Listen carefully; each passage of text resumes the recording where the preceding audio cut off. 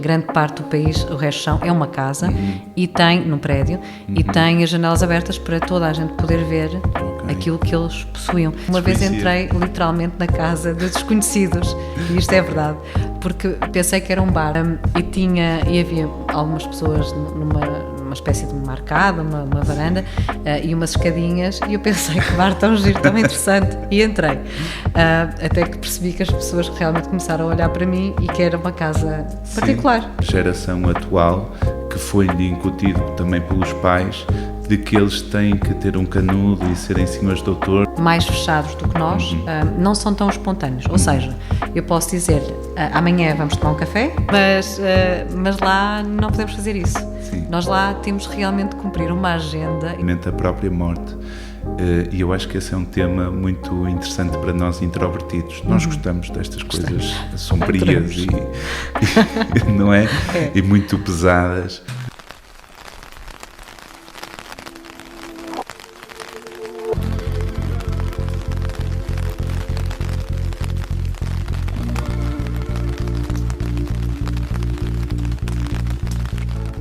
Portanto, hoje vou receber esta mulher maravilhosa com uma voz lindíssima que eu a dada altura prometi que atraria ao público mais vasto. Bem-vinda, Flora, ao meu podcast pessoal. Obrigada. Onde eu retiro as personas e as camadas enquanto psicólogo e sou só psicólogo na alma, digamos assim.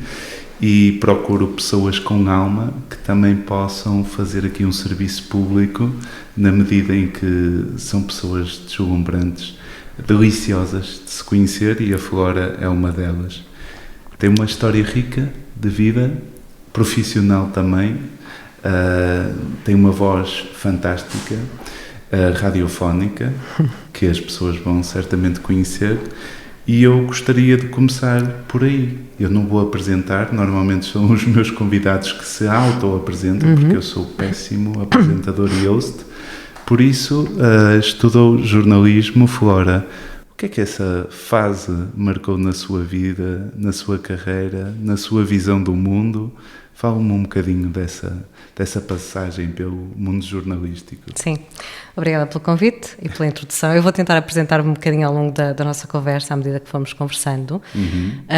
Tudo começou com o jornalismo porque eu, desde muito, muito pequenina, desde que me lembro de falar, praticamente, encenava programas de televisão e programas radiofónicos, já desde muito pequena. E então colocava-me literalmente à frente da televisão, que era o centro da sala, isto nos anos 80, 90, e fazia os meus próprios programas. E eu sabia, desde muito pequenina, que queria fazer alguma coisa relacionada com a rádio, com a televisão. E depois comecei a fazer rádio amador com 13 anos, na escola, uma coisa absolutamente feita em casa, não é? Ou feita na escola, literalmente. E depois decidi realmente estudar jornalismo e comunicação na Universidade do Minho, em Braga, onde nós estamos neste momento. Foi uma experiência fantástica, foram 5 anos muito intensos, com muita diversão e com muito estudo à mistura, onde eu aprendi muito, mas não o suficiente para me preparar realmente para uma carreira no jornalismo. Depois, quando eu saí da universidade e fui viver, na altura ainda no Porto, em 2006, e passo pela Antena 1 como estagiária e entro realmente no mundo do jornalismo e daquele stress e daquela emoção de estar na rua e fazer as reportagens e falar com as pessoas, começo a perceber que é um mundo bem mais exigente do que aquilo que eu poderia ainda imaginar, e que eu era bem menos extrovertida para fazer esse papel diariamente, e era extremamente cansativo para mim também. Comunicar a toda a hora com todas as pessoas à minha volta. Mas é curioso, porque uma coisa que eu acho e quero dar esse apontamento é que, e também vou apresentando a Flora, é que a Flora é uma pessoa de pessoas. A verdade é essa. Mas já agora, não interrompendo o raciocínio, então como é que isto se vai construindo? Há essa percepção que a dada altura não é assim tão extrovertida quanto isso, e de que modo é que isso impactou nessa fase? Sim, e que precisava de guardar a minha energia, sobretudo, e a minha energia social. Portanto, aquilo que eu conseguia dar ao meu trabalho era tudo, não é? Eu dava tudo, mas depois ficava realmente com a pilha social muito em baixo e não conseguia funcionar quase No mundo exterior eu precisava quase de me refugiar de tudo e de todos e não estabelecer contacto com ninguém, porque era verdadeiramente cansativo. E estamos a falar de meios de comunicação, a Antena 1 já com bastantes recursos, mas ainda assim no Porto com poucas pessoas, não é? E eu fiquei lá só por um período de estágio e comecei a perceber que realmente era um mundo muitíssimo exigente e não muito transparente às vezes.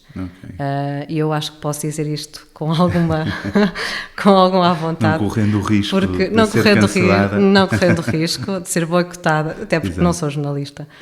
Mas os meus amigos são jornalistas, grande parte dos meus amigos ainda dos tempos da universidade, de há mais de 20 anos, são jornalistas. Portanto, eu fui sempre convivendo com eles, não é? Foi sempre o meu mundo. Mas já agora, quais foram os desafios que se apresenta a essa geração? Quais foram os desafios que viu na carreira jornalística, sendo que se calhar vivíamos uma era completamente distinta, na medida em que hoje em dia há muito presente aquele conceito de que as pessoas conseguem ser o seu próprio branding e ter a sua própria agência de mídia, falamos dos influencers e por aí fora.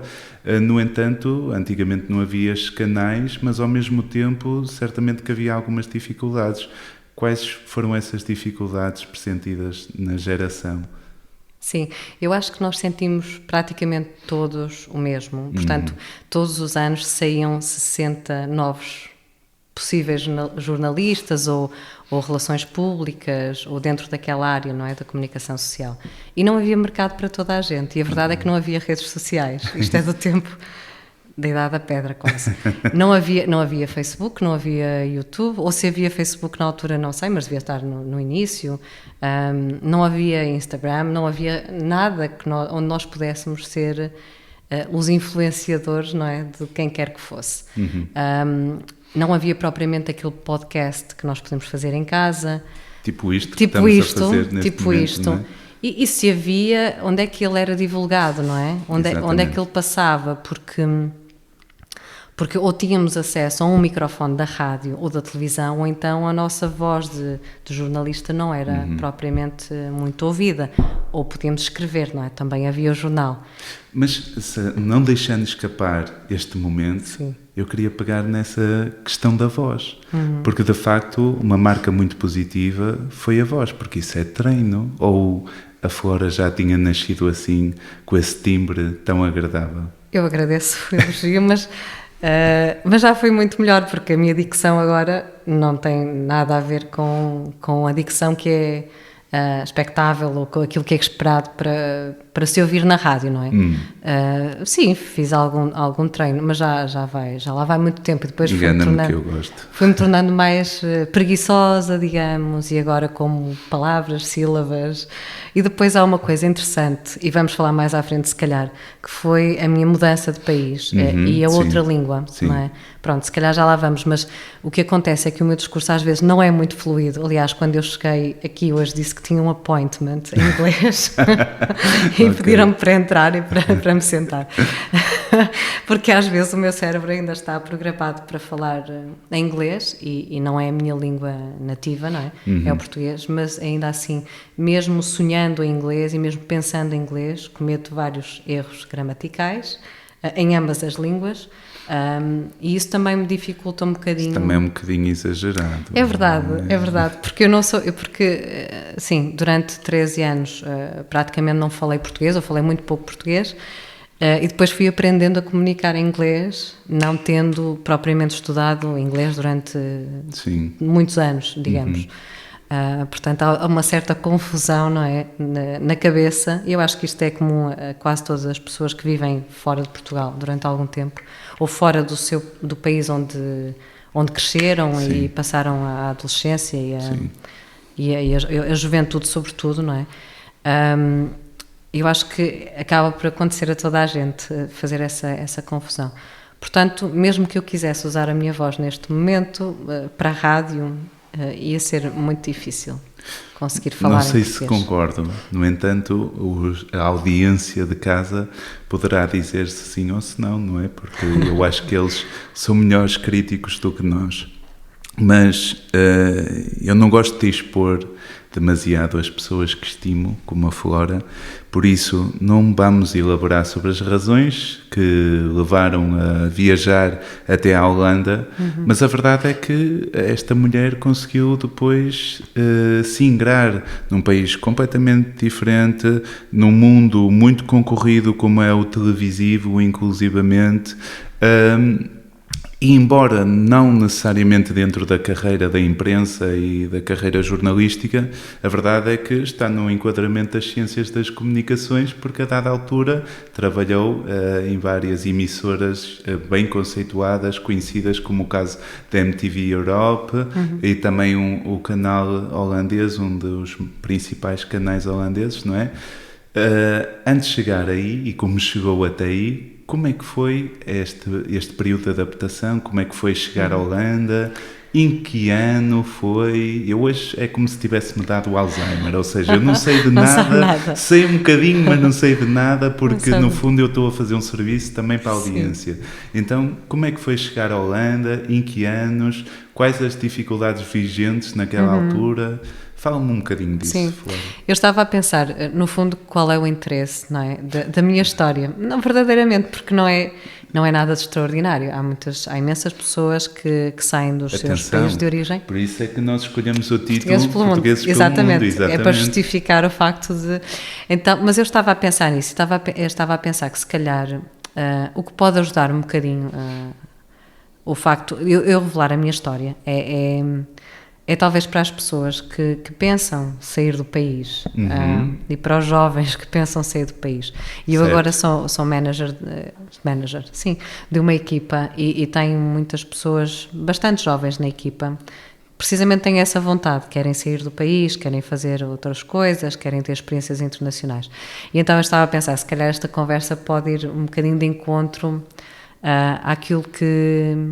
sei lá, às vezes que os amigos não nos contam porque também não têm essa experiência, ou que ninguém lhes explica porque também não teve a experiência. Então o caminho, eu posso na realidade explicar porque é que me fui embora, não há problema nenhum. Mas aí eu não tenho a responsabilidade nas minhas mãos. Não, está tudo bem, mas tem a ver sobretudo com uma questão profissional. Portanto, o jornalismo foi uma coisa que eu ainda tentei abraçar, depois apercebi-me que não era realmente aquilo que eu devia fazer no meu dia-a-dia. E as condições de trabalho também eram bastante difíceis.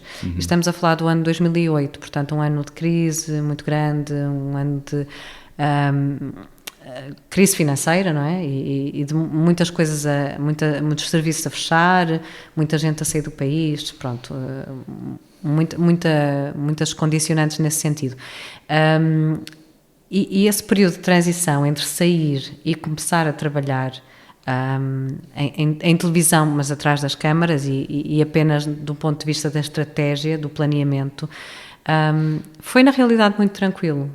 Foi muito tranquilo. Foi porque eu sempre achei que tinha que sair, que tinha que sair de Portugal, não é? Era demasiado pequeno e claustrofóbico para aquilo que eu queria fazer, porque eu queria sobretudo conhecer outras realidades e ter pessoas na equipa e trabalhar com pessoas de outros backgrounds, que não sei neste momento traduzir, mas que me enriquecessem também a nível pessoal. Portanto, venho de uma aldeia muito pequena, vivi em Braga, no Porto, mas não era suficiente, eu queria uma experiência mais enriquecedora para mim. E também queria testar os meus limites, queria ver até que ponto é que eu aguentava, não é? Uma nova realidade e que me segurava de algum modo. Afinal, uma pessoa que não é extrovertida, mas por contraste deve ser introvertida, não deixa de ser corajosa, que é uma faceta que eu também quero apresentar aqui ao público, que é a Flora, como uma introvertida nata, representando os introvertidos mais sofisticados, e eu já vou explicar porquê, porque esta menina está dentro do enquadramento do mesmo tipo de personalidade de Carl Jung, não é? Uma introvertida, intuitiva, etc., de tipo sentimento. Mas a verdade é que isso não coloca a pessoa necessariamente numa bolha isolada, incapaz de se desafiar, de ambicionar novas aventuras, inclusivamente, não é? Sim, sim, exatamente. E os introvertidos que eu conheço têm essas características. Geralmente são muito aventureiros, são muito corajosos desse ponto de vista de fazerem as coisas, se calhar, mais sozinhos do que os extrovertidos, mas fazem-nas com mais ou menos custo, mas fazem. E normalmente vão e não olham muito para trás, o que é o meu caso também. Então fui e não olhei muito para trás. E sempre, mas lá está, era essa vontade que eu sempre senti que tinha de sair. E agora trabalho com jovens, não é? Com miúdos e miúdas que me dizem precisamente isso. Vivem aqui, mas querem sair. Então, nessa era da transição para a Holanda, quais foram os desafios e o que é que aconselharia para uma pessoa que se está a preparar para eventualmente fazer malas e emigrar? Quais são os cuidados a ter? Quais são, se calhar, os cuidados e alguns dados a terem atenção, inclusivamente, não é? Sim. Pronto, mais uma vez, sem querer aconselhar ninguém, dar conselhos, mas pela minha experiência, tentar deixar tudo resolvido no sítio de onde saímos, ou seja, tentar não fugir de nada. Eu tentei nunca não fugir para além da profissão, não é? E da confusão económica e financeira do país naquela altura. Eu não queria, por exemplo, ao nível emocional, estar a fugir de nada. Okay. Portanto, sair de Portugal para escapar, o que quer que fosse. Então, deixei as coisas bem resolvidas no terreno, como elas estavam. Sim. Ao nível familiar, emocional, laboral, tudo terminado e fechado, digamos, para que não houvesse nada que eu pudesse olhar para trás e me causasse algum tipo de constrangimento ou desespero ou qualquer tipo de... que me fizesse duvidar da veracidade e da vontade de estar noutro sítio, e da decisão, exatamente, exatamente, lugar, sim. Claro. Depois uma coisa que eu tentei fazer na altura e que agora deve ser muito mais fácil, acho eu, mas foi tentar, eu não consegui logo um trabalho, não é? Eu não saí daqui já com um trabalho garantido, mas tinha as minhas hipóteses, portanto já estava em processo, já tinha feito uma entrevista aqui, outra ali, já tinha, não sabia exatamente, terreno, sim, exatamente, mas como eu queria mesmo ir, eu fui, pronto. Claro. Se não fosse naquele sítio... Estamos a falar nos anos 50, não é? Talvez não se aplique hoje, não é? Sim, hoje deve ser bem mais fácil. Foi quando? 1947. Não, foi em 2009. 2009, exato. Sim, portanto sim. Foi logo depois da minha passagem pelo Porto. Não sei, agora deve ser muito mais simples perceber onde é que vão trabalhar à partida, não é? Os contactos são muito mais rápidos, claro. É muito mais fácil. Pronto, isso foram duas coisas essenciais. Depois, também procurar algum contacto, se tiverem algum contacto nesse país. Para mim foi bastante proveitoso o facto de ter amigos e conhecidos dos tempos da escola, não é? Do secundário, portanto, algum apoio ali, alguma rede, porque depois, na realidade, dependendo do sítio para onde vamos, podemos estar mais ou menos expostos à solidão e ao isolamento, não é? Eu fui para Amsterdão, para a Holanda, agora Países Baixos, na altura toda a gente chamava Holanda, sim, porque é uma província, não é, da Holanda, e sabia à partida que era um ambiente muito multicultural, com muitos expats, portanto, à partida eu não estaria tão isolada, não é? Num sítio onde só há pessoas numa comunidade fechada. Provavelmente esse contexto o que propicia é talvez uma busca ativa das pessoas procurarem relações ou de se conhecerem ou de enturmar, não é? Normalmente acho que um país com um histórico de multiculturalismo também traz essa benesse das pessoas quando tem a entrada de alguém novo procurarem logo enturmar. Sentiu isso ou não? Eu senti as duas coisas. Eu senti-me, às vezes... Eu fui muito bem recebida, desde o início, mas sentia que não conseguia, por exemplo, ter amigos holandeses, ou amigas holandesas. E porquê?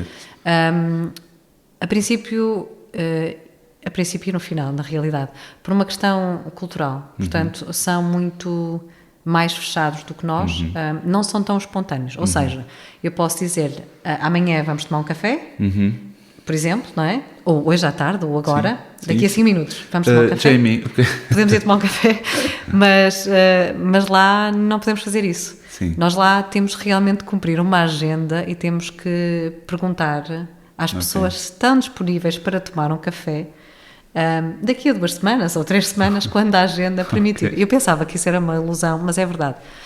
E eu própria agora faço isso com agendas. Tenho uma agenda para tudo, se bem que voltando a Portugal... Por isso é que eu, para marcar este podcast, a coisa foram foi... anos, foram 2 anos. Exatamente, para conseguirmos chegar a este momento. Acho que a culpa é minha, não é? Estou a brincar. Por esse motivo. Pronto, mas sim, portanto, senti isso. Senti que, até porque não há propriamente a cultura do café, na realidade não existe. As pessoas juntam-se ou vão para casa umas das outras e primeiro que consigamos acesso à casa de um holandês ou de uma holandesa é preciso muita confiança, é preciso muito estudo. Mas não há cultura do café, no entanto, o que não faltam é coffee shops. O que não falta é coffee shops para outros fins. Ok. Não esses. Não é coffee. Eu sempre imaginei que fosse mais recreativo. É mais muito recreativo, de facto é muito recreativo, mas não para conviver propriamente, não é? Sim. Não se faz como um ritual de convívio, então? É possível, não sei. Okay. É possível, não, eu digo, não estou a dizer que fosse uma frequentadora ativa, mas estou aqui numa busca curiosa, porque na verdade eu sempre tive essa sensação de que de facto eram espaços também criados para convívios, mas afinal se calhar até são rituais um bocadinho isolados, não? Sim, e mais turísticos. Porque mais turísticos, também, pois isso já me tinham dito, efetivamente, que quem utiliza mais são os estrangeiros do que os próprios holandeses, não é? Sim. Estamos a falar, assim, de o consumo de marijuana e de claro, nos coffee. Mas para uma audiência que não tivesse a perceber de repente o contexto. Claro, sim, mas também há 2 tipos de coffee shop, digamos, não é? Há aquele coffee shop que é para turista ver e realmente eles vão aos grupos para lá e consomem, e comem bolos e comem cogumelos, pronto, fazem ali a parte mais recreativa. E depois há o coffee shop para o verdadeiro morador dos Países Baixos que consome qualquer tipo de drogas que são permitidas e vendidas no coffee shop, que tem apenas e somente é um cubículo com uma portinha e está lá uma pessoa a vender, como se fosse uma casinha pequenina onde... E não se podem sentar, tipo o casebre dos doces, tem-se ali direta. Qualquer coisa assim. Normalmente até nem tem cadeiras, não tem nada, ou pode ter uma fila, ou uma cadeira ou 2, qualquer coisa, se a pessoa quiser consumir ali, não é? Mas geralmente, e esse é o verdadeiro coffee shop, entram num cubículo, compram o que têm que comprar, a mercadoria, digamos, e levam para casa. Pronto, porque na rua não é permitido fumar, não é? Sim, mas não sei mais acerca. Mas lá está-me a quebrar já aqui expectativas, cenários que tinha construído desde a infância. Então vou colocar a outra questão, que é, tinha-me transmitido esta ideia e eu, como sou uma pessoa que basta uma pontinha para eu começar a desenhar o resto, não é? Que os holandeses, muitas vezes nas suas casas, não utilizam as cortinas convencionais que nós utilizamos, e às vezes nem baixam stores ou não utilizam stores, portanto dá a sensação que estão abertos para o mundo, mas a verdade é que se calhar essa abertura até é condicionada, não é? Uma abertura aparente por aquilo que a Flora estava a descrever, que tem que marcar com alguma antecedência para conseguir convívios e etc. Então como é que é essa relação com o holandês, não querendo estereotipar, não é? Mas se pudéssemos desenhar, como é que seria essa pessoa? Sim. O facto das janelas não terem cortinas é verdade. A maior parte das casas não tem cortinas. Eu própria não tenho cortinas na minha casa, mas vivo em Portugal agora. Mas, exato. Pronto. E não há stores. Não existem mesmo. Eu vi 2 prédios no máximo em 13 anos com stores e é uma coisa notável porque realmente prestamos atenção que existem stores naquele sítio, que é uma coisa raríssima. Pronto, é para a luz entrar também. Há muito pouca luz. O país tem poucas horas de luz, não tanto isso como, também como é os importante, nórdicos. Se calhar para as pessoas saberem, não é? Portanto, é difícil ter luz entrar em casa. Abrem as cortinas ou abrem as janelas, E depois também há outra teoria que diz que eles faziam isso há algum tempo para mostrar ao mundo aquilo que eles possuíam, aquilo que eles tinham, a riqueza, não é? E depois, como há casas no resto chão, normalmente as casas do resto chão são casas, não são lojas, também acontece serem lojas, mas grande parte do país, o resto chão é uma casa e tem, num prédio, e tem as janelas abertas para toda a gente poder ver aquilo que eles possuíam. Mas é muito interessante, E uma vez entrei literalmente na casa de desconhecidos, e isto é verdade, porque pensei que era um bar, porque aquilo nem dá para perceber se é um bar, se não é, se é uma casa, e havia algumas pessoas numa espécie de uma arcada, uma varanda, e umas escadinhas, e eu pensei que bar tão giro, tão interessante, e entrei, até que percebi que as pessoas realmente começaram a olhar para mim e que era uma casa particular, mas às vezes nem dá para perceber. Portanto, mas a dada altura imagino que eles disseram, olha, mas agora não te vais embora sem conhecer este estilo de copo que eu possuo aqui, não é? Convidaram para beber qualquer coisa, na altura já não sei, já foi há muitos anos. Mas, sim, pronto, estas coisas acontecem, porque no fundo é uma mistura, não é? As pessoas têm a casa tão exposta que acabamos por não saber. Por outro lado, preservam muito a privacidade da sua própria casa, no sentido de não convidarem pessoas que não conhecem muito bem.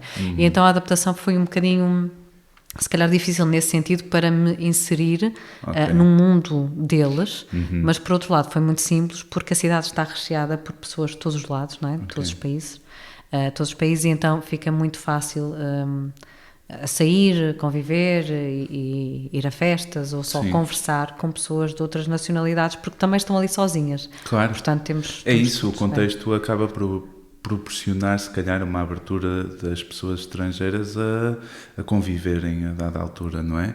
Mas eu queria, porque hoje estamos condicionados de tempo também, e eu queria pegar aqui neste tema, que é como é que então, a dada altura, uma estrangeira acabada de chegar ao país consegue arranjar trabalho e logo numa indústria também ela concorrida e etc. Como é que foi toda essa experiência?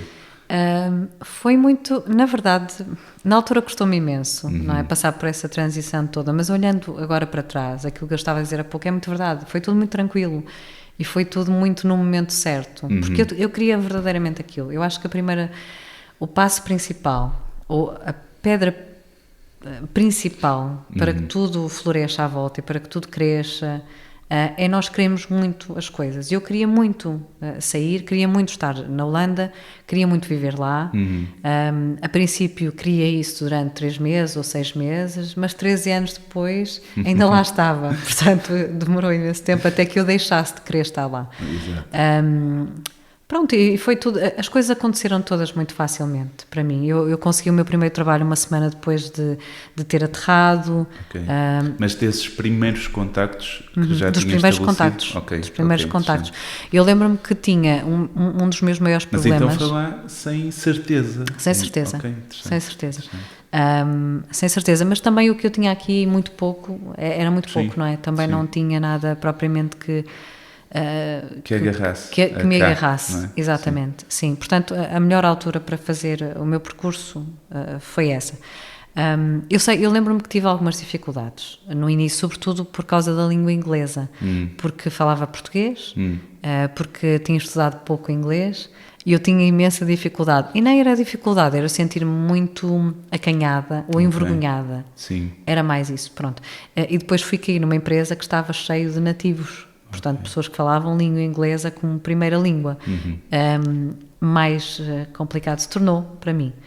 Portanto, a minha faceta introvertida é isso, se calhar. Quer dizer, fazemos as coisas, mas depois, quando temos que socializar, sobretudo noutra língua, eu ficava muito acanhada. Eu acredito que seja mais esse receio de exposição e o que é que o erro representa a nível da validação. Porque o Jung o que dizia é que, se calhar, só dar este apontamento muito rápido, porque, em primeiro lugar, acho que as pessoas às vezes interpretam mal o que é a atitude extrovertida e introvertida. Não estou a dizer aqui no nosso contexto de conversa, mas pode ser importante para quem assiste lá de casa, que é: o extrovertido seria aquele para o qual a energia psíquica flui para as coisas de fora. Então o Jung dizia que um cientista que está a investigar a C. elegans, porque é o que o meu irmão faz e se calhar é o exemplo que me vem mais à cabeça, poderia ser um extrovertido, porque a dada altura a energia psíquica dele se foca em objetos exteriores, enquanto que o introvertido se foca em objetos psíquicos interiores, não é? E a dada altura, o grande desafio, segundo Jung, para o introvertido que quer saber inclusivamente das próprias relações, seria o que é que isto representa quando eu criar uma relação com alguém, porque todas as relações são importantes para o introvertido, como a pessoa é colocada cá dentro, porque é absorvida por completa. O introvertido não consegue lidar com uma relação de forma leviana, e aí o Jung distinguia o extrovertido, porque o extrovertido consegue colocar uma persona, ser mais gingão e disfarçar um bocadinho nas relações. E o introvertido não. O introvertido, a dada altura, acaba por ter muita dificuldade, por vezes, em se relacionar, porque coloca uma responsabilidade enorme sobre si na condução de como é que a relação, a qualidade da relação irá ser conseguida, digamos assim, não é? E então essa foi de facto a barreira, porque há aqui um nível de exposição, há aqui provavelmente o medo de fazer as coisas mal, não é? Como é que foi, Flora? Muito medo, sim, muito medo. E durante o primeiro ano, portanto, eu estive 2 anos na mesma empresa quando fui para a Holanda. O primeiro ano eu tenho a sensação que não falei com ninguém. Eu falava em contexto de trabalho, mas o mínimo que me era pedido e esperado. E os meus colegas não me conhecem. Portanto, aquelas pessoas que conviveram comigo durante aquele primeiro ano não sabiam praticamente nada sobre mim, precisamente por isso, porque eu tinha imenso receio de comunicar com eles numa língua que eu não dominava. Consegui fazer as entrevistas, obviamente, consegui passar esses patamares todos, não é? Para conseguir o trabalho, mas depois o resto era a convivência e o dia-a-dia com as pessoas com quem eu trabalhava. E essa fase foi bastante complicada. O segundo ano já foi um pouco melhor e depois a partir daí comecei a ganhar. E qual foi então o turning point? E porquê de repente há um ganho de confiança? Eu acho que foi só o tempo. Foi só o tempo que eu passei lá, o tempo que eu passei a perceber que não tinha outra hipótese. Porque ou aprendi o holandês, que é uma língua extremamente difícil, ainda hoje me parece uma língua extremamente difícil, e aprendi um bocadinho, mínimo, muito pouco, ou então eu não conseguia comunicar com mais ninguém, portanto estava naquele impasse, não é? Ou então fazia outra coisa que também é muito típica de qualquer expat, que é juntar-se às pessoas que falam a mesma língua. E eu não queria fazer isso. Não era esse o objetivo. Portanto, eu não ia simplesmente juntar-me a um grupo de portugueses expatriados, não é? Exatamente. Não era esse o propósito. Era totalmente o oposto. O que eu queria era conhecer mais. Porque aí perdia-se qualitativamente todas essas experiências. Completamente, não é? sim. Claro. Mas isso ainda se vê muito, não é? Vê-se muito. É normal, as pessoas aproximam-se daquelas que têm alguma coisa em comum. Sim, alguma afinidade, alguma compatibilidade também. É muito simples. E às vezes a compatibilidade a dada altura pode ser um atributo como a língua, quando os outros todos estão escassos ou são inacessíveis, há barreiras intransponíveis. No entanto, voltando aqui à empresa, porque é que ela escolheu a dada altura a Flora, já agora, para perceber também, para quem nos acompanha, se há aqui algum valor ou alguma proposta de valor que possam ter em atenção. A primeira empresa, porque é que escolheu a Flora? Dado que o seu currículo até ali ainda era escasso, o que é que marcou? O que é que distinguiu? Sim, foi algo muito simples. Eu podia dizer que foram os meus skills, não é? A todos os níveis. Mas diga uma força isso, de vontade, uma motivação. Não, eu estava realmente motivada. Eu queria mesmo trabalhar ali. E depois eu tinha um skill muito óbvio e muito básico, que era o português. E eles procuravam alguém que falasse português e inglês. Português europeu. Sim. Portanto, foi perfeito. E depois tive logo muita Já afinidade agora, com a equipa. Porque o português europeu, na altura? Porque eu tinha que escrever para televisão. Portanto, e era-me pedido que soubesse o português de Portugal. Portanto, tinha que ser mesmo assim. E foi isso que aconteceu. Eu não tinha propriamente um currículo invejável, não tinha nada que que me destacasse, mas eu tinha realmente muita vontade de fazer aquilo.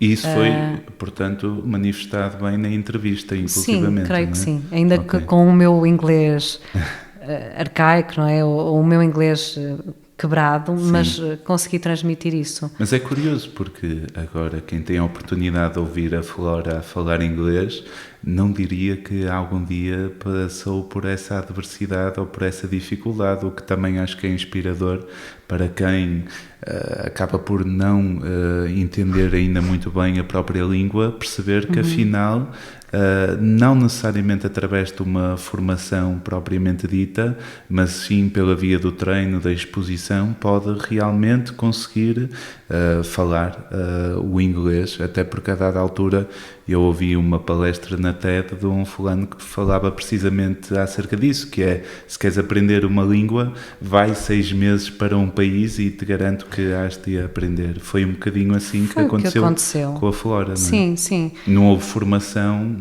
Em inglês, não. Houve ok. em holandês, a determinada altura, mas eu tinha mesmo que sobreviver com o meu inglês. Mas eu acredito mesmo que todos os portugueses pelo mundo, não é? Sim. Fazendo referência, Sim. todos eles e todas elas têm um receio e um medo. Eu não acredito que haja alguém que saia de Portugal a pensar: tenho tudo sob controle, isto está tudo bem, eu consigo fazer isto. Eu tenho quase certeza que toda a gente tem um medo. E há medos muito interessantes. Por exemplo, eu fui falando com pessoas ao longo da minha vida que me diziam, por exemplo, que tinha medo de conduzir. E que naquele país tinha que conduzir porque não havia outra hipótese. Depois tinham medo de conduzir pela faixa da esquerda. Sim. Outros que tinham medo de não conseguirem integrar-se bem na cultura. Ok. Outros porque o tipo de comida que comiam não era muito fácil encontrar aquele tipo naquele país. Há tantos motivos, há tantas coisas que as pessoas usam, ou usam não, ou acham mesmo que é um entrave, um problema. Sim. Pode ser a coisa mais pequenina, mas há sempre qualquer coisa. Mas a verdade é que isto só demonstra que somos animaizinhos muito adaptáveis, Claro, não é verdade? claro, E sim. que às vezes ligar um instinto de sobrevivência não é necessariamente negativo, porque Claro. aí, como se costuma dizer, a necessidade aguça o engenho, não é verdade? Exatamente. E eu, no fundo, fui uma privilegiada porque quis fazer este percurso, não é?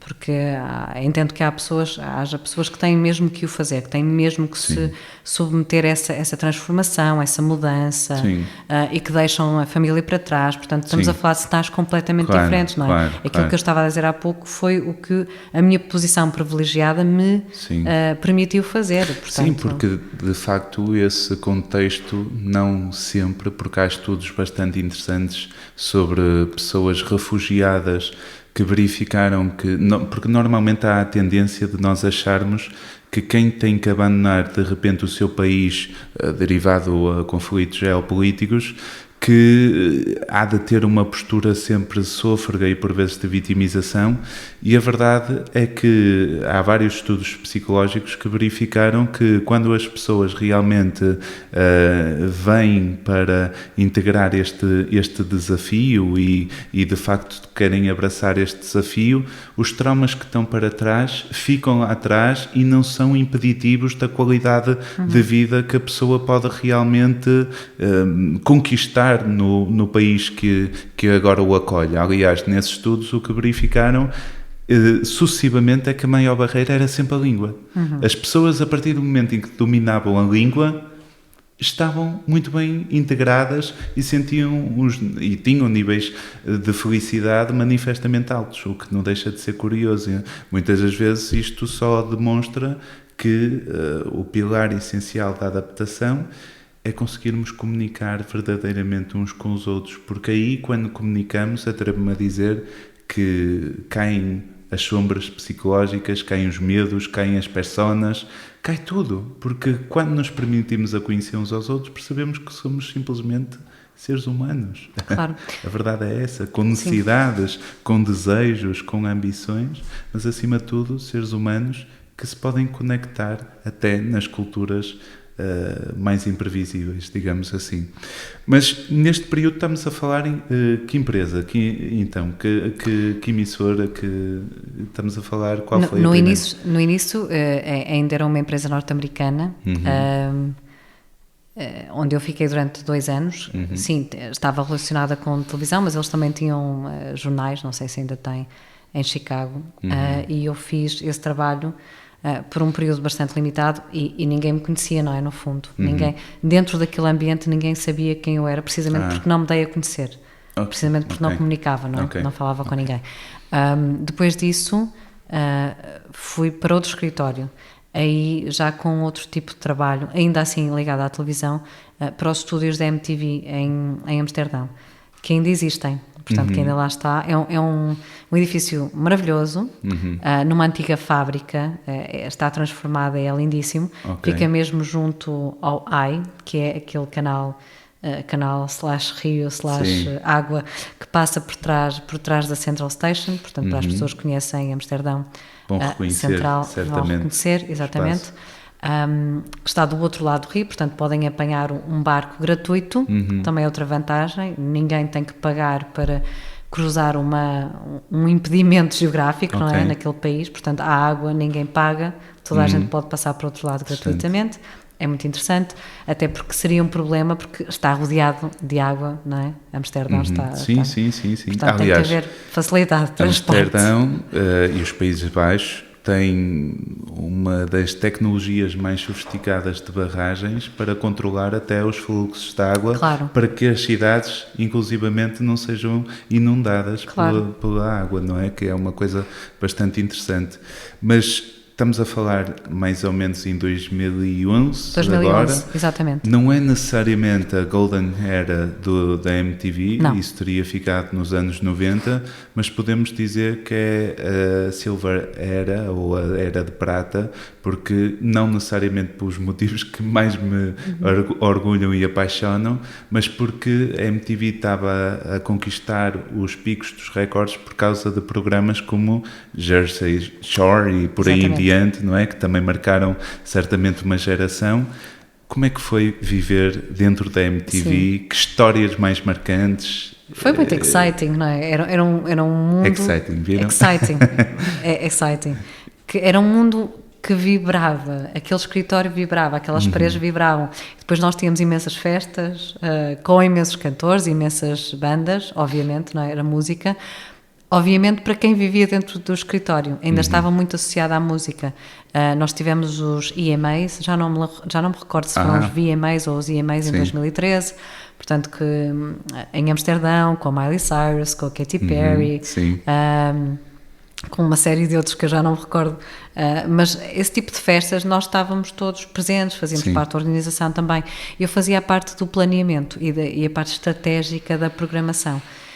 E trabalhei lá durante 5 anos, foram 5 anos muito bons, mas a partir de uma certa idade, não é, que já estava a ficar bem crescida, era um ambiente já demasiado exciting, portanto, eu já procurava. Exciting, isso quer dizer demasiado barulhento e pueril, não é? Dá a sensação de que é o contexto ideal para aquele jovem ou aquela jovem Peter Pan que deseja um mundo de festas e farras sucessivas, mas a dada altura, quando a pessoa já atravessa essa fase e quer assentar um bocadinho e espairecer, se calhar acaba por ser desafiante. É sobre isso que estamos a falar. Foi isso que eu senti, sim. Okay.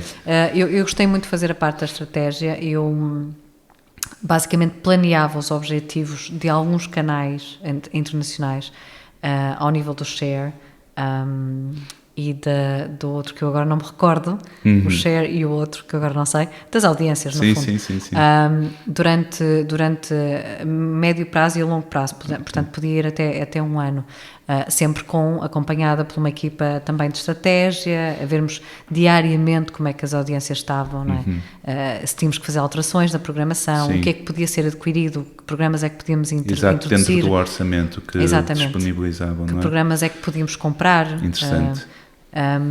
E vi imensos episódios de South Park e do SpongeBob e dessas coisas todas em primeira mão antes de qualquer outra pessoa ver, precisamente porque também tinha que avaliar, tinha que conhecer o conteúdo, não é? Tinha que conhecer esses programas.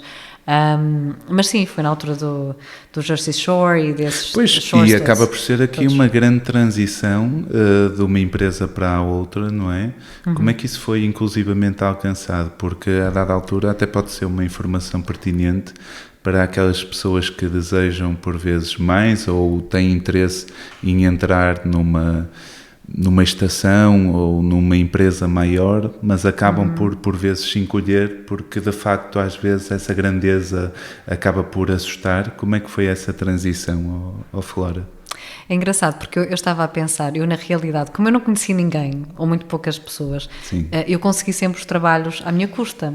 E isso deixa-me muito feliz. Não é que uma recomendação seja uma coisa má, pelo contrário, não é? Sim, claro. Se trabalhamos com alguém com quem gostamos de trabalhar, gostou de trabalhar connosco, confia em nós, é importante e é bom ter recomendações. Isso é o networking que cá em Portugal chamamos fator C ou cunha. Exatamente, mas naquele contexto não é visto dessa forma.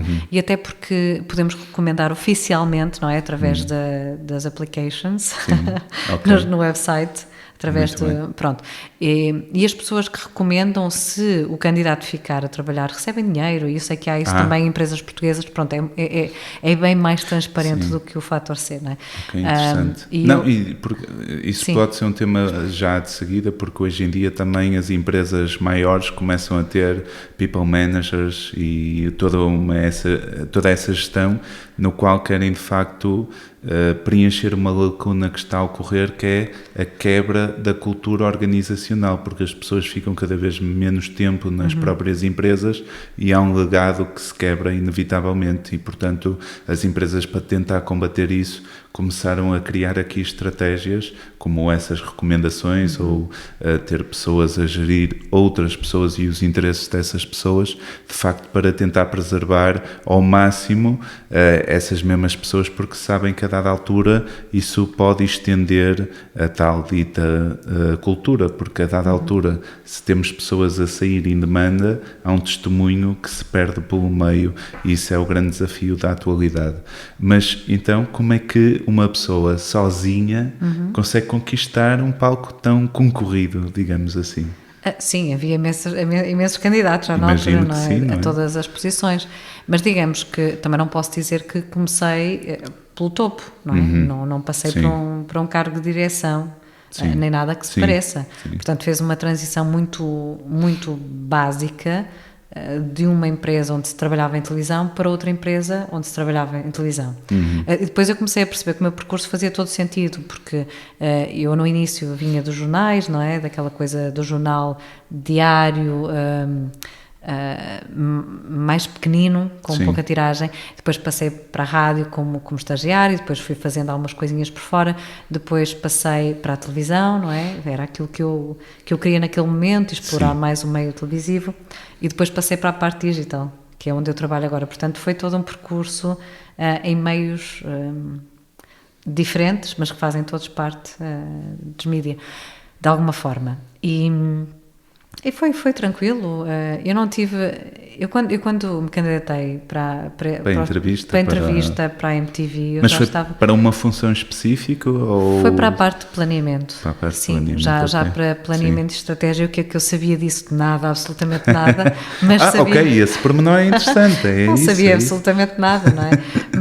Mas eu sempre fui muito transparente também, e eu sempre disse nas entrevistas aquilo que eu realmente queria e aquilo que eu realmente sabia. Muito e bem. Aquilo que eu precisava que me apoiassem, que me explicassem, e aquilo que eu podia dar à empresa.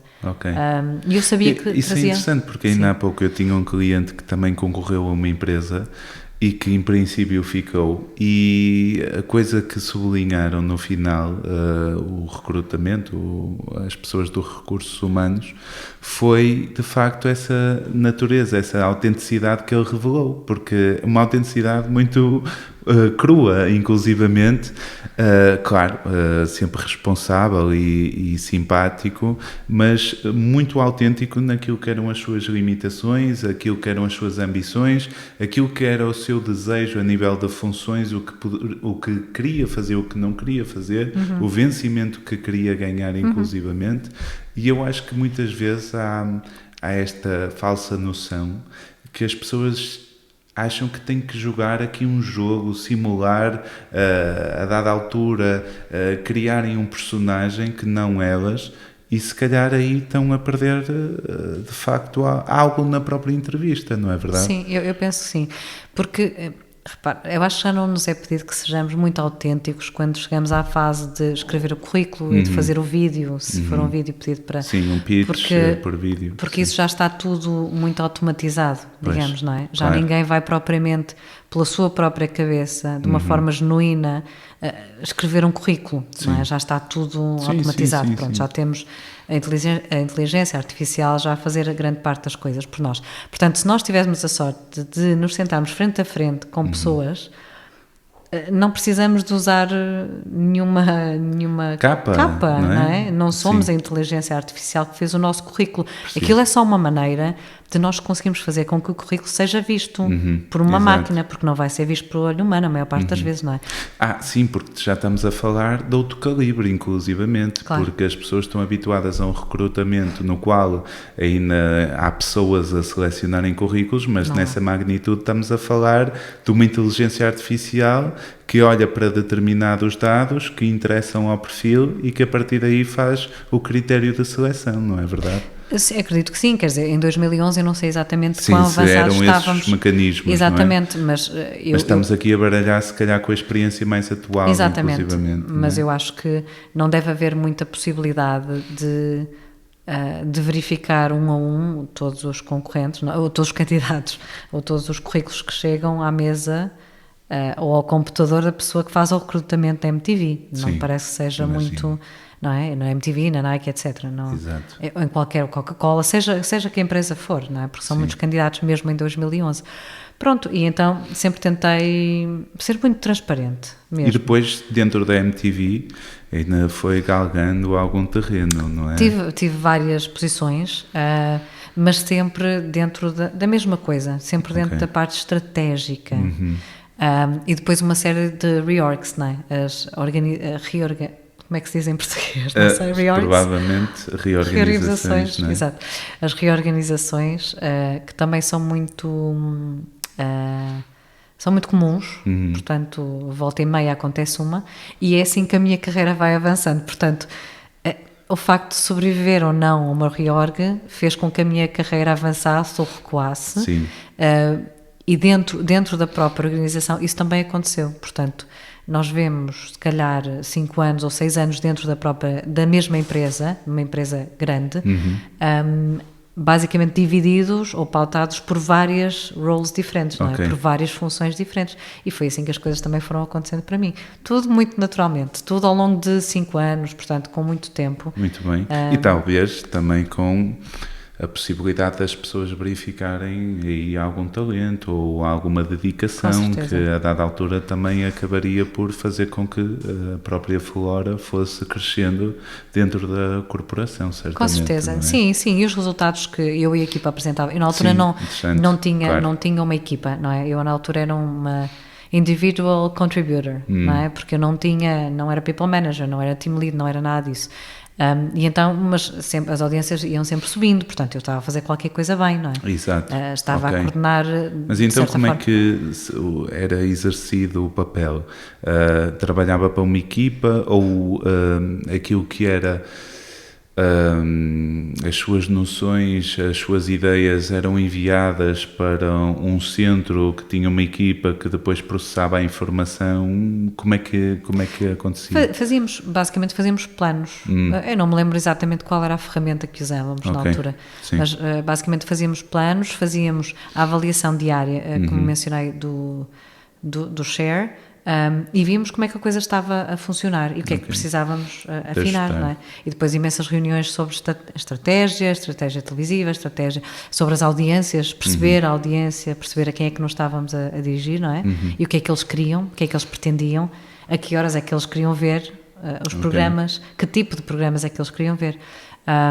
Pronto, e depois um contacto também mais próximo até mesmo de conversa com amostras, digamos, de cada tipo de audiência que nós, do nosso target queriam group. Consultar, exatamente. Sim. Claro que é um trabalho que hoje em dia, eu não quero aprofundar ou adensar muito neste ponto, para termos ainda a oportunidade de abraçar outros, mas é um trabalho que hoje em dia acaba por estar ameaçado ou há de estar a ser dedicado à própria inteligência artificial, inevitavelmente, porque hoje em dia já temos inteligências que acabam por fazer todos esses estudos de forma autómata e depois processar essa informação e direcionar estas cadeias para os resultados que elas pretendem. Mas depois houve aqui mais uma vez uma transição e desta feita para que empresa? Para a parte digital da Nike. Porque o que acontece é que eu não sobrevivo a uma reorg, não é? E pedem para ir a Estocolmo, na altura, fazer o onboarding dos colegas que iam ficar com a minha posição, porque passou a ser redundante em Amsterdão, mas iam abrir em Estocolmo, na MTV. Então eu vou lá, faço o handover, não é? Passo a informação toda e o conhecimento, que no fundo não se perde porque fica ali com colegas, mas noutra localização, e eu começo à procura de outro trabalho. Aí com recomendação de um colega. Portanto, é por isso, é engraçado, porque este meu colega, eu era sénior deste meu colega, e quando eu vou para a Nike, ele tem uma posição que está acima de mim. Portanto, há todo um equilíbrio também nas relações laborais, que eu acho que é muito interessante e muito importante. Sim. E que se calhar aqui em Portugal ainda se fica um bocadinho de pé atrás, mas agora ele era o meu manager e agora passo eu a ser manager. Mas quando as pessoas gostam de trabalhar juntas, isso desaparece, porque gostam realmente de, não é? Tem aquela missão de trabalho, do trabalho em conjunto. E pronto, e entro na Nike em 2016 para o departamento digital. E o que é que eu percebo de digital? Absolutamente nada. Portanto, a história repete-se um bocadinho, não é? Obviamente. E o que é que eu quero fazer? Eu quero aprender tudo que seja possível sobre a parte digital, e eu sabia que se havia alguma empresa que me podia ajudar a perceber e a tornar-me uma people manager que eu queria ser, seria a Nike, porque eles tinham e têm imensa formação, imensos cursos, eu não sei se posso dizer isto tudo tão fantástico, porque eu agora trabalho na concorrência, não é? Sim, é verdade. Eu agora trabalho na Adidas. Mas pode compensar mas a Adidas é melhor. A Adidas é muito melhor. Exato. Não, na realidade, o que importa, mas mesmo verdadeiramente, são as pessoas com quem se trabalha, e são as equipas que nós construímos, e perceber qual é o propósito do que estamos ali a fazer, e qual é a nossa missão e a motivação. E a minha missão é desenvolver pessoas, é ser people lead, é ser people manager, desenvolvê-las e ajudá-las no percurso delas.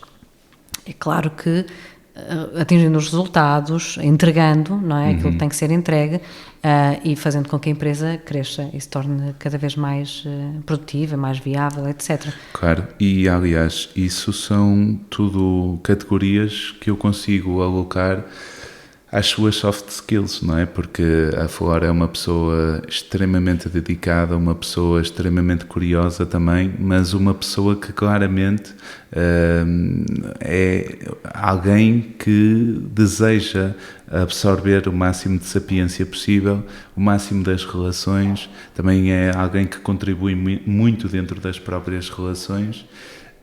E eu acho que é curioso, porque tendo essas soft skills, a verdade é que as hard skills foram-se conquistando, não é? Porque há aquela falsa ideia muito contemporânea da geração atual, que foi-lhe incutido também pelos pais, de que eles têm que ter um canudo e serem senhores doutores, ou seja, a faculdade passou a ser o novo secundário, o novo ensino obrigatório, para sentirem que a determinada altura, reunindo esses canudos, podem ser alguém, vão-se certamente ambientar num trabalho e ser os melhores executores desse mesmo trabalho. E a Flora, obviamente, passou pelo ensino superior, mas contrasta completamente com essa lógica, no sentido em que a sua formação foi a própria praxis, a própria atuação, o estar dentro da empresa inclusivamente, não é verdade?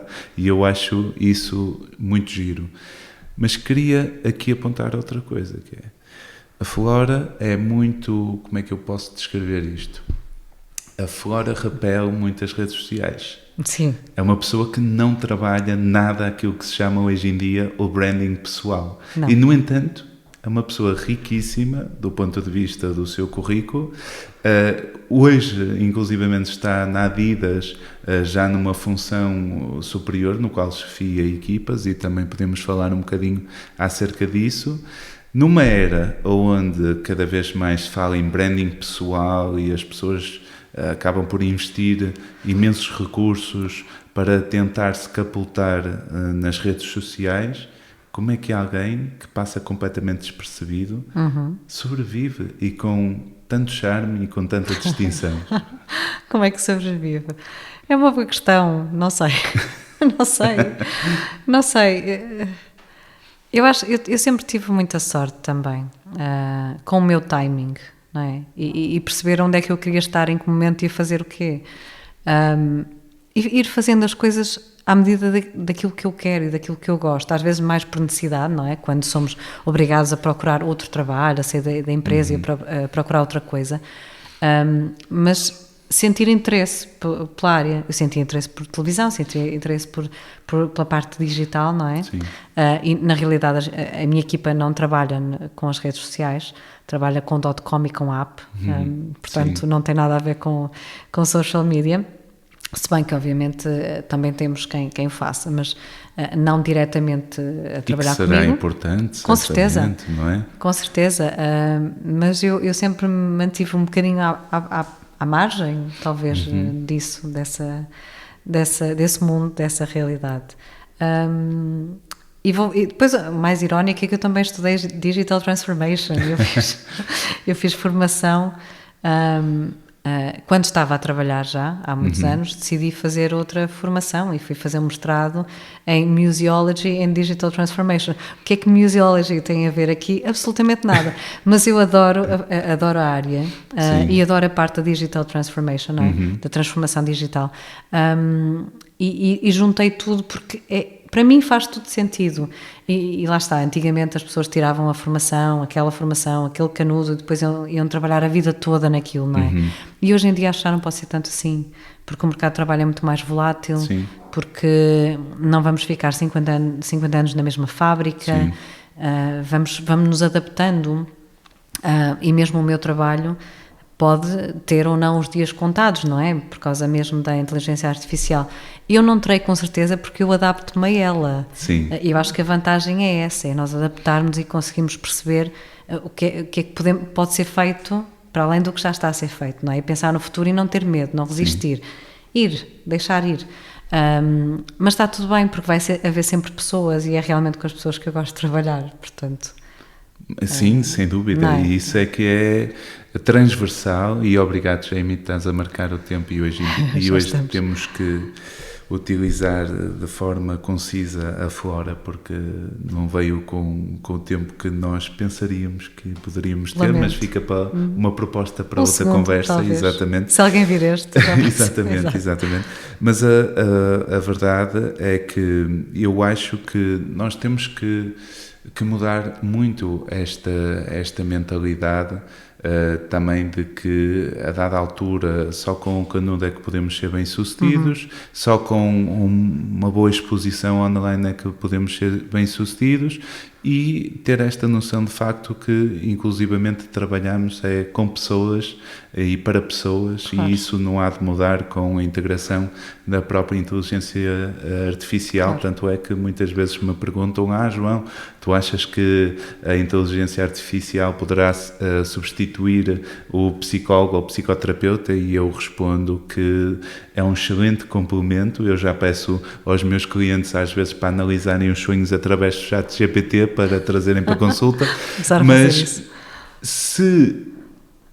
quando as pessoas conseguirem projetar o pai ou o amante ou o namorado ou o que seja numa inteligência artificial, como acontece no filme Her, com o Joaquin Phoenix, talvez isso possa ocorrer. Até lá, como nós precisamos das relações humanas, como nós precisamos do terapeuta para ser uma tela aberta, será certamente muito difícil.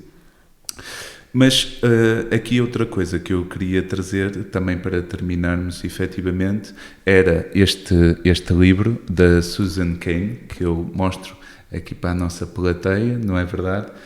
E porquê que eu selecionei este livro para a proposta de leitura da nossa audiência? Porque eu identifico muito com a Flora. E o título é O Silêncio, mas o subtítulo é O Poder dos Introvertidos num mundo que não para de falar. E a realidade é que, a dada altura, a Susan Cain vai elaborando sobre muitos cenários de muitos introvertidos que conseguiram, de algum modo, vigorar no nosso mundo contemporâneo, no nosso mundo de hiperinformação e fazer a sua diferença. E eu acho que a Flora é realmente uma pessoa que reúne nessas condições, inclusivamente para fazer a diferença. E eu acho que é isso que eu queria trazer para a conversa de hoje e para deixar como conclusão, inclusivamente, que a dada altura a nossa presença, quando contactamos verdadeiramente os outros, é que faz a diferença.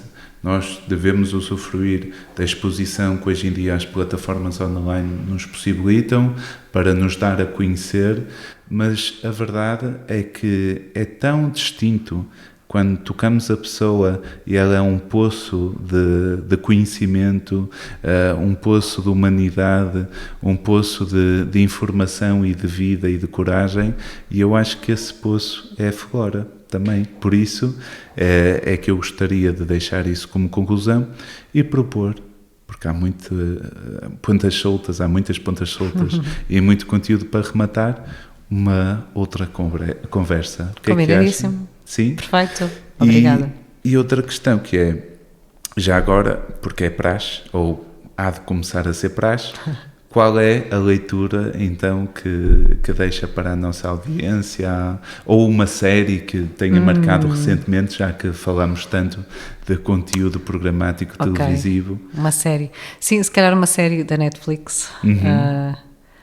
Eu penso que seja da Netflix, se chama Afterlife. Ok, Afterlife. Com o Ricky Gervais. Sim. Que é um tema muito duro. Eu não vou contar, têm que ver. Mas se não lidam muito bem com a morte... Eu sei que o nosso Jamie já se não viu conseguem, a se não série conseguem, e está-se a rir sim, precisamente bom, por isso. É bom, não é? É bom. Se não conseguem lidar com esse tema e o levam muito a sério, digamos... não recomendo. Para todos os outros conseguem rir com o tema e com a doença e com o sofrimento, recomendo, porque Sim. no fundo ele transforma esses temas tão duros, não é? E tão reais e tão humanos em situações hilariantes, pelo menos para mim e para ti, que fazem verdadeiramente rir. Eu estou tentada a rever a série. Eu via já há algum tempo. Pronto, seria a minha recomendação. Sim. Eu gostei muito da primeira temporada. Não considero o melhor trabalho do Gervais, mas considero que traz temas muito interessantes, até porque hoje eu estive a pensar se não traria antes o livro do Séneca sobre a brevidade da vida, precisamente por causa disso, porque é um tema que retrata as grandes questões universais que a humanidade não pode fugir, e uma delas é nomeadamente a própria morte. E eu acho que esse é um tema muito interessante para nós introvertidos. Nós gostamos destas coisas sombrias e não é? E muito pesadas, mas eu acho que é isso que nos dá um cariz de, inclusivamente, absorvermos a vida também, por contraste, na sua integridade.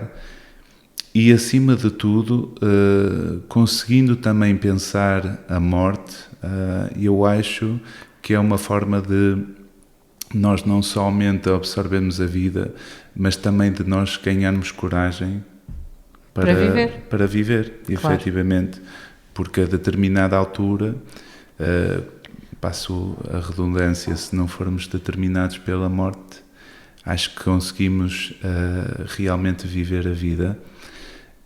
Já essa era a teoria do Ernest Becker, que as maiores criações da humanidade são curiosamente para se desviar da morte, mas eu distingo-me aí um bocadinho, eu acho que o Jung também, porque o Jung colocava muitas vezes esta tónica, e ele, não é que ele fosse contra a religião e de todo, pelo contrário, e nós sabemos disso, mas ele, nomeadamente quando o questionavam sobre as religiões orientais, porque há esta crença na reencarnação, ele diria que isso não é uma das questões ou melhor, não deveria ser algo que nós nos agarremos para retirar a responsabilidade de todo de vivermos a vida atual.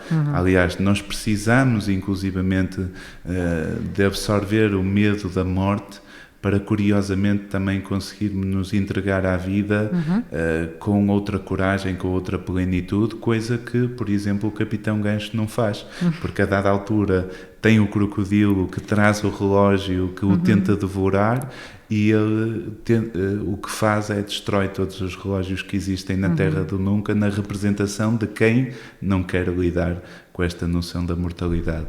E quando nós, de facto, integramos esta noção, certamente que não há motivos para nos parar, e nada melhor do que a própria comédia para trazer uma leveza a essa integração. Por isso, obrigado pela recomendação. Obrigado. Não retiro mais do seu luxuoso tempo. Está bem, doutora Flora? Agradeço o convite, e a morte fica então como tema da segunda conversa. Sem sombra Parece de muito dúvida. apelativo. Parece muito apelativo. Já estou excitado. Fantástico. Exciting. Excited. Exatamente. Muito excited. O tema é que é exciting. Muito. Ok. Obrigada. Obrigado, Léo.